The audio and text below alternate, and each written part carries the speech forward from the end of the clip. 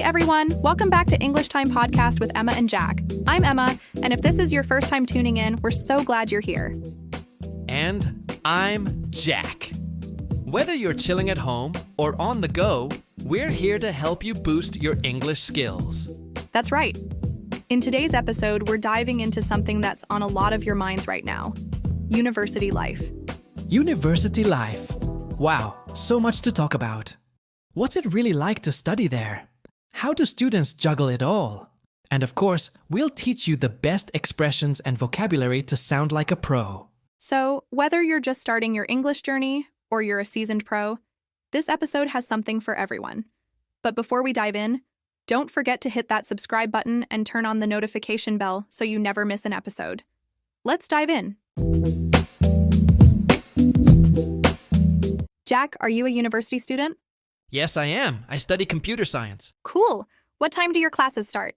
My first class is at 9 a.m. Oh, lucky you. Mine starts at 8:30. I take the bus to uni. Same here. After class, I usually head to the library to study. Smart move. I meet my friends in the cafeteria for lunch. I usually pack my lunch and eat it at home after class. That's clever. So, what do you do after university? I head home, finish my homework, and then relax. Same. I love unwinding with some TV after a busy day. Let's level up your university vocabulary. First word, class. This means a lesson or a course at school or uni. For example, I have math class at 10 a.m. Next, study. It's what we do to learn new things, especially when preparing for exams or working on assignments. For example, I usually study in the library after class because it's quiet and helps me focus. I like to grab a cup of coffee, put on some lo-fi music, and dive into my notes. Honestly, having a good study routine makes everything feel a bit more manageable. Totally get that. For me, I prefer studying at home, especially late at night when everything's quiet. I usually make a to-do list, light a candle, and get into study mode. Sometimes I even use the Pomodoro technique. It really helps me stay on track and not get overwhelmed. That sounds so cozy. I've tried the Pomodoro technique too. It's a game changer when you're drowning in assignments. And honestly, studying doesn't always have to be boring. Sometimes I grab a coffee, put on some lo-fi beats, and it actually feels kind of relaxing. It's all about finding what works for you. How about cafeteria? That's where you get food. I eat lunch in the cafeteria every day. Then we have homework, the work we do at home after class. I do my homework in the evening. And don't forget the library, a quiet place where you can study. I love the library. It's peaceful. Then we have unwinding. It means relaxing and letting go of stress after a long or busy day. For me, unwinding usually means putting on some soft music, making a cup of tea, and reading a good book. It really helps me recharge and feel refreshed for the next day. Now, let's review the present simple tense, especially when talking about places and times. We use the present simple to talk about our daily routines. For example, I go to university at 8:30. Or she studies in the library. Here's the sentence structure you need. Subject, plus verb, plus place, plus time. For example, I eat lunch in the cafeteria at 12. Try making your own sentences with this structure. And hey, drop them in the comments below. We'd love to hear your sentences. All right, that was our beginner section. Now, if you're ready to level up, let's move on to the intermediate part, where we dig a little deeper into university life and introduce more advanced vocabulary and expressions. Let's go. University life is a whirlwind, right? Oh, totally. Between lectures, group projects, and late-night study sessions, there's never a dull moment. I hear you. I keep track of everything in my planner. It really helps manage time. Same here. It's all about balance, studying, and making time for socializing. By the way, do you have a part-time job? Yes, I tutor high school students on the weekends. That's awesome. I work at a coffee shop on campus. Sounds like a fun way to meet people, too. Let's break down some expressions that'll make you sound like a true university student. First up, lecture. That's when a professor talks, and students listen. I have a history lecture on Monday. Next, group project. Working together with classmates on a task. We're doing a group project in marketing class. Then we have whirlwind. It describes something that happens very fast and feels intense or chaotic. Like, My first semester at university was a whirlwind. New friends, classes, deadlines, it all flew by. Oh, totally. I remember my first week. It was such a whirlwind of emotions. I was excited, nervous, and honestly a bit overwhelmed. But looking back, it really helped me grow and step out of my comfort zone. And we had Planner, a tool to help organize your time. I use my planner to write down deadlines. And also we heard part-time job. It's a job you do while you're studying. I actually have one at this cute little bookstore near campus. It's quiet most of the time, so I can even get some reading done between customers. I love it. There, the smell of old books, the cozy vibe. It kind of feels like a second home. That sounds amazing. I actually work part-time at a coffee shop on campus. It's super busy, but I love it. I get to meet a lot of people, and there's something about the sound of the espresso machine that I find really calming. Plus, I'm always fueled by coffee, so it keeps me going through those long study sessions. Now let's talk about a really fun expression. There's never a dull moment. Oh, I love that one. It's a way of saying that there's always something exciting happening. Nothing is ever boring or slow. Exactly. For example, if you're in a really busy university program, you might say, there's never a dull moment at university. Right, because there's always something to do. Classes, meetings, projects, so it's non-stop. Or if you're talking about a fun trip, you could say, our vacation was amazing. There was never a dull moment. Yes, because something fun or interesting was always happening. It shows that time passed quickly because you were having such a good time. And campus. That's the area where your university is located. Our campus is actually huge. It has a beautiful park with lots of green space, perfect for relaxing between classes. There's also a massive library, which I practically live in during finals week. Honestly, the campus has everything. A gym, cozy cafes, even outdoor seating areas where you can just chill or catch up with friends. It's such a great vibe. Let's talk about how often you do things. We use adverbs of frequency like always, usually, sometimes, and more. For example, I usually study in the evening. Or I never skip my lectures. Pro tip: the adverb goes before the main verb, but after the verb to be. I always do my homework versus he is always late. Your turn.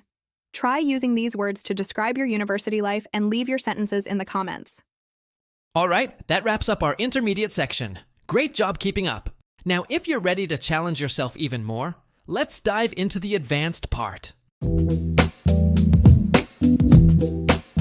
So Jack, what's been the biggest challenge for you in university? Honestly, time management. Balancing everything is tough. I totally get that. I've started using a digital calendar and setting daily priorities. That sounds super helpful. I also attend productivity workshops at the uni. Cool. I've joined a few student clubs to meet people and build skills. I'm in the debate club, which has really helped me with public speaking. That's awesome. Are you planning to study abroad? I'm actually applying for a student exchange program to Germany next year. That's amazing. Studying abroad is such a game changer. Let's dive into some more advanced vocabulary. First, time management. That means planning and organizing your time in a smart way so you can actually get things done without losing your mind. For example, good time management helps me avoid that awful last-minute panic before deadlines. I break my tasks into smaller chunks, schedule them throughout the day, and stick to a routine. It seriously makes life less chaotic. Set priorities. That means deciding what's most important and focusing on that first. For example, I set my priorities every morning so I know exactly what tasks need my attention. It helps me stay focused and avoid feeling overwhelmed. Without priorities, everything feels urgent, and that's just stressful. Productivity workshops. Events that help you work smarter. I attend these workshops to improve my workflow. And we heard student clubs. These are groups where students come together based on shared interests. I'm actually part of the tech club, and it's one of the best decisions I've made at university. We meet weekly to discuss new tech trends, collaborate on projects, and sometimes we even organize hackathons or coding challenges. It's not only a great way to dive deeper into the tech world, but also to meet like-minded people who share your passion. Plus, it's a fantastic opportunity to build your network and even find internship opportunities through club events. That sounds amazing. I'm in the debate club, and it's been such an eye-opener for me. It's not just about arguing or winning debates. It's about learning how to think critically, express yourself clearly, and work with others to tackle complex issues. We often host events where we invite guest speakers, and I've gotten the chance to meet some incredible people who've influenced my perspective. It's definitely a great way to develop both communication skills and leadership. You know, Jack, something I've noticed is how these student clubs really push you to step out of your comfort zone. I used to be shy about speaking in public, but after participating in the tech club, I've become much more confident. Whether it's presenting a project or explaining a new concept to others, I've definitely grown. And it's not just about professional development, it's also about making lasting friendships. I think joining a club is one of the best ways to truly make the most of your university experience. And exchange program. That's when you study in another country for a short time, usually 1 semester or a year.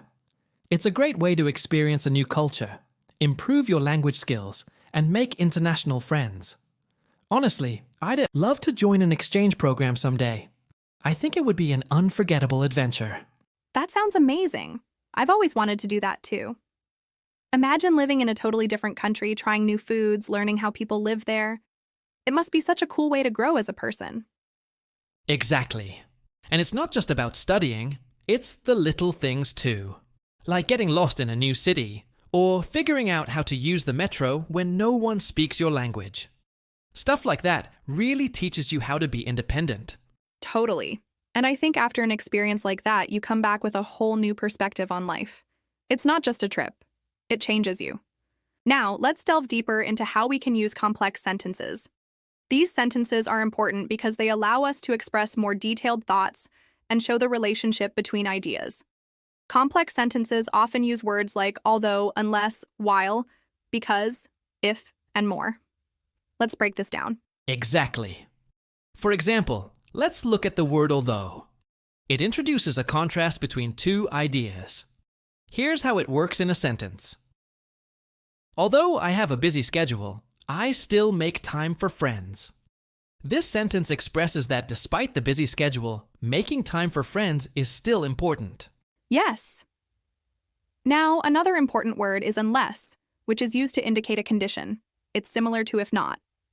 For example, unless I finish my assignment today, I won't be able to relax. In this case, finishing the assignment today is the condition for being able to relax. And let's not forget while. It's often used to show two actions happening at the same time, or to introduce a contrast. For instance, while I enjoy studying languages, I also love practicing new hobbies. Here, it shows that both activities, studying languages and practicing hobbies, are happening simultaneously, or at least are both important. Now let's talk about formal register, which is the style of language typically used in professional, academic, or business contexts. When you're writing or speaking formally, you want to use certain phrases to sound more polished and respectful. Right. For instance, in formal writing or speaking, instead of saying I think or I believe, you could say I find it beneficial to, or I tend to. This adds a layer of sophistication to your language. Let's see an example. I find it beneficial to revise my notes regularly. This sounds more formal than just saying, I think revising is important. Another great example could be, I tend to focus on the main points when studying for exams. This is a more formal way of saying, I usually focus on the main points. Exactly. And using formal structures doesn't mean you have to sound stiff. You can mix these formal structures with more casual conversation to sound polished but still natural. It's all about finding the right balance. That's right. Practicing is key. For example, you could practice mixing informal conversation with formal phrases. So, while chatting with friends, try adding something like, I find it helpful to take short breaks during long study sessions. This is a more polished way of sharing something practical and helpful. And remember, practice makes perfect. The more you incorporate complex sentences and formal structures into your speech and writing, the more confident and professional you'll sound, even in everyday conversations. So, take some time to experiment with these structures. Over time, you'll notice your ability to express ideas more clearly and effectively. We hope today's episode gave you some useful insights into university life. Whether you're already in college, planning to study abroad, or just curious about university life, These words and phrases will help you feel more confident. Don't forget to practice speaking, review the vocabulary, and keep challenging yourself. And if you enjoyed today's episode, make sure to hit that subscribe button, leave a comment below, and share with your friends. We'll see you next time. Until then, happy learning. Bye, everyone!